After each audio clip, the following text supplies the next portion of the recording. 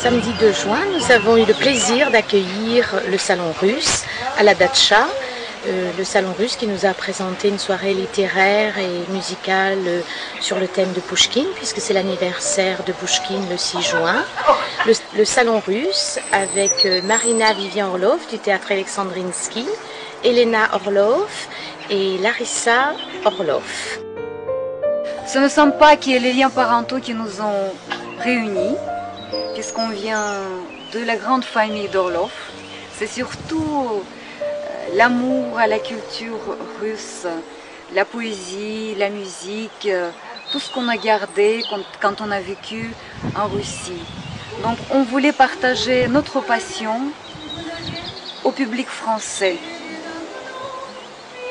de faire une sorte de liaison entre la culture française et la culture russe.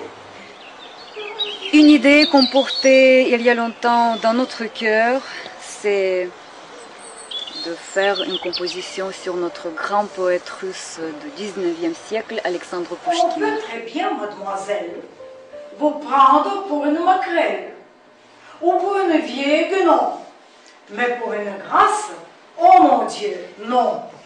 Ben alors, bien sûr, Pouchkine, c'était un thème très compliqué pour nous, puisqu'on a tâché de choisir les extraits, par exemple les extraits d'Henri Troya, les extraits des écrivains russes, pour faire une composition pour 1 heure. C'est très difficile, puisque la vie de Pouchkine, c'était non seulement la poésie qu'il écrivait pendant la nuit, c'était aussi les souffrances, les recherches. Il était un homme très compliqué, vraiment très intéressant, puisqu'il était, gai, il était optimiste, il était philosophe en même temps. Et alors, on a tâché de choisir les morceaux, les poèmes qui montrent le plus son état. Et quand même, en même temps, ça montre un peu la vie par épisode, bien sûr. Voilà. Il nous semble que nous avons réussi dans ça et le public était content.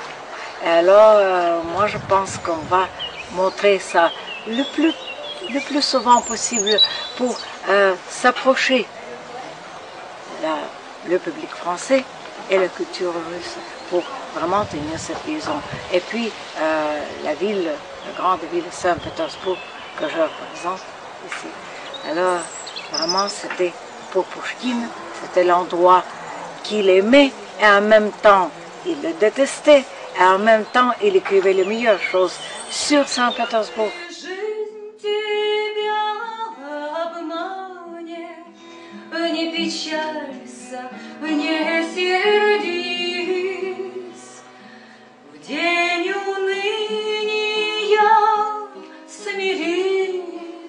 День